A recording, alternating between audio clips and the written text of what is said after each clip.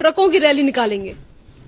ऐसा है, चाहे वो ट्रकों की रैली निकाले या ट्रैक्टर की रैली निकाले, कानून तो वापस होगा नहीं। और इसका एक समाधान है मेरे पास, तरीका निकाला जा सकता है।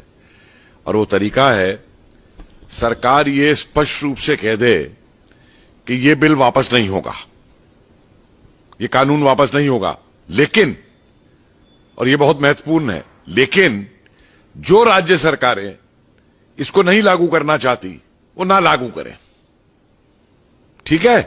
तो फिर ये पंजाब से आए हुए किसान जो हैं, जाए पंजाब सरकार से कहें मत लागू करो, राजस्थान वाले कहें कांग्रेस की गवर्नमेंट से राजस्थान में मत लागू करो, बंगाल वाले कहें जाके बंगाल वाली से क्या लागू ना करो, खत्म मामला।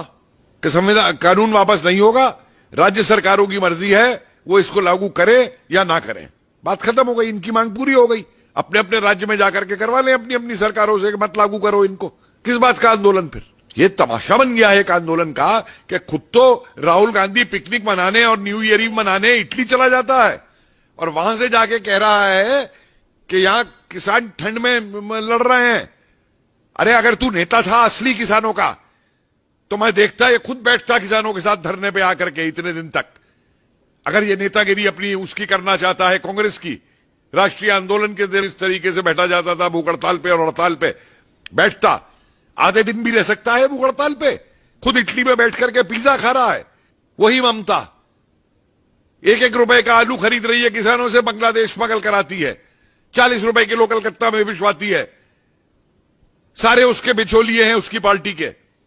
और ये जो साफ मैं बात कर रहा हूं आपको, ये जो बैठे हुए हैं ये आड़ती हैं, ये जो बैठे हुए हैं ये वो धनी किसान हैं जिनके पास 100-100, 200 एकड़ जमीन है। किसान वो होता है जो खुद खेती करता है अपना, और वो किसान आज भी खेती कर रहा है, अपनी फसल उगा रहा है, और सरकार ने जो सहूलियतें दी हैं उन सहूलियतों को लेकर चल रहा है।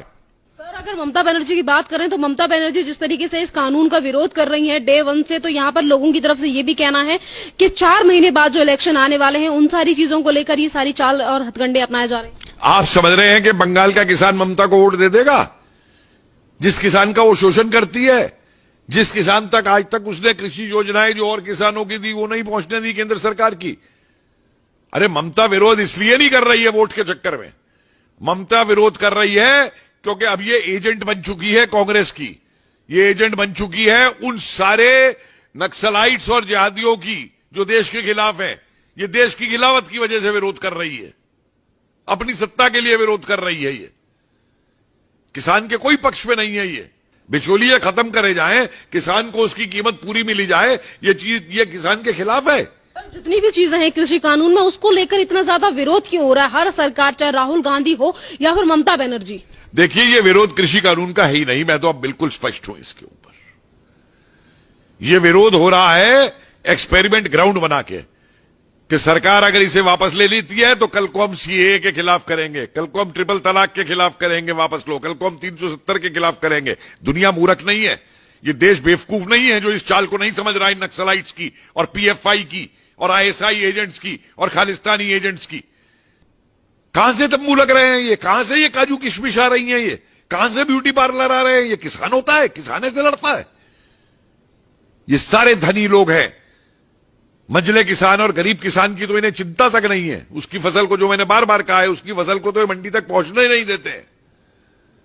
तो सीधा काम सरकार करे कि कहे कानून हम वापस नहीं लेंगे, जिस राज्य को लागू नहीं करना है वो राज्य इसको ना लागू करे, और अगर राज्यों में लागू नहीं करवाना है तो ये जाके किसान अपनी राज्य सरकार से बात करे। हमने खुली छूट दे दी है राज्यों को कि लागू करें या ना करें। ममता बनर्जी की बात करें तो पश्चिम बंगाल में तमाम समस्या है, उनको लेकर ममता बनर्जी कभी भी बात नहीं करती कि किस तरीके से बीजेपी के कार्यकर्ताओं को दिन दहाड़े मार दिया जाता है और वहीं पर बीजेपी की रैली में जूते तक चलाए जाते हैं। उसको लेकर ममता बनर्जी कुछ नहीं कहती। अगर बात रही कृषि कानून की तो उसको लेकर ये कहती है कि हम उसे लागू तक नहीं होने देंगे, यहाँ पे आने नहीं देंगे। आप बताइए, ये वो है जो कहती थी मैं सीबीआई को ऑपरेट नहीं करने दूंगी बंगाल के अंदर।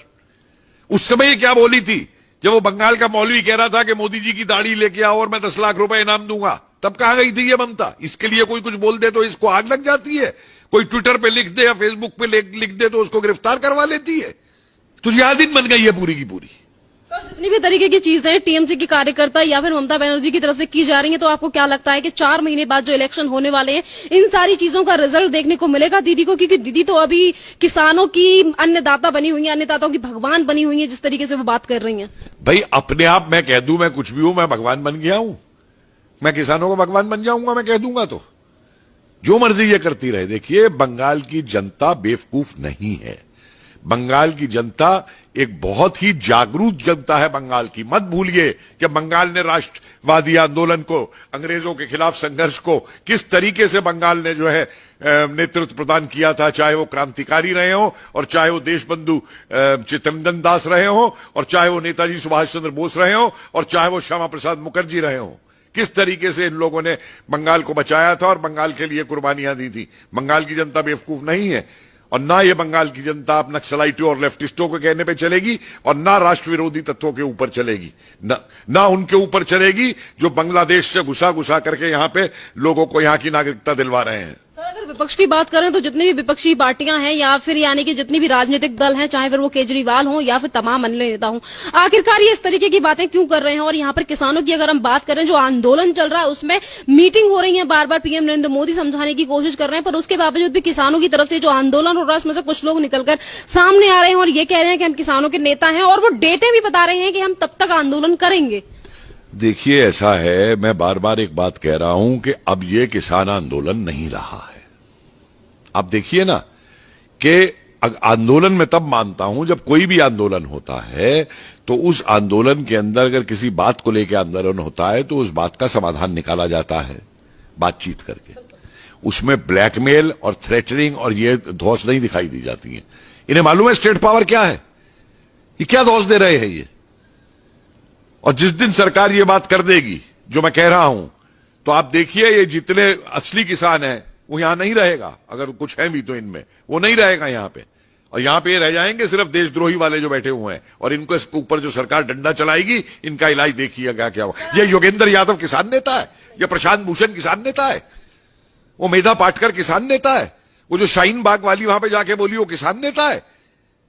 अरे ये सब के सब जो हैं ये अपनी राजनीति के लिए, क्योंकि ये पिट चुके हैं। आज कांग्रेसियों को लूट का माल नहीं मिल रहा स्कैम करने के ऊपर, रो रहे हैं। आज उनको बोर्डों की चेयरमैनशिप नहीं मिल रही पैसा कमाने के लिए, रो रहे हैं, वापस सत्ता में आना चाहते हैं। आज कांग्रेस के ही राहुल गांधी अभी ट्वीट ये करके बोलते हैं और ये कहते हैं कि ये जो आंदोलन है, यानी कि जिसके लिए आपने कहा कि ये किसानों का आंदोलन नहीं है, इसी आंदोलन को लेकर राहुल गांधी ये बोलते हैं कि ये जो आंदोलन है ये चंपारण का आंदोलन बन चुका है और जनता एकजुट हो चुकी है। राहुल गांधी को मालूम भी है कि चंपारण का आंदोलन क्या था। आए मुझसे बात करें चंपारण के आंदोलन के ऊपर। इसको मालूम है बाबा रामचंद्र का अवध का आंदोलन क्या था, जहां से नेहरू ने राजनीति शुरू की थी। इसको मालूम है मोतीलाल तेजावत का आंदोलन क्या था उदयपुर के अंदर। इसको मालूम है सीताराम राजू का आंदोलन क्या था आंध्रा के अंदर। इसको मालूम है स्वामी स्वयजानंद सरस्वती का आंदोलन क्या था, किसान का आंदोलन। अरे जो आदमी काली भैंस के बछड़े में और काली गाय के बछड़े में अंतर नहीं बता सकता, वो किसान आंदोलन समझा रहा है क्या था।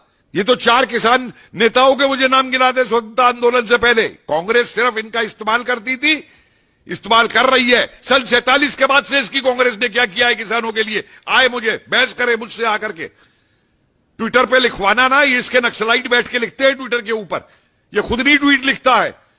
हिम्मत है तो आए मुझसे बहस करे, बाद में औरों से बहस करे, आए किसानों के इतिहास के ऊपर मुझसे बहस करे। मैं तैयार हूं इनसे बहस करने को। धन्यवाद सर।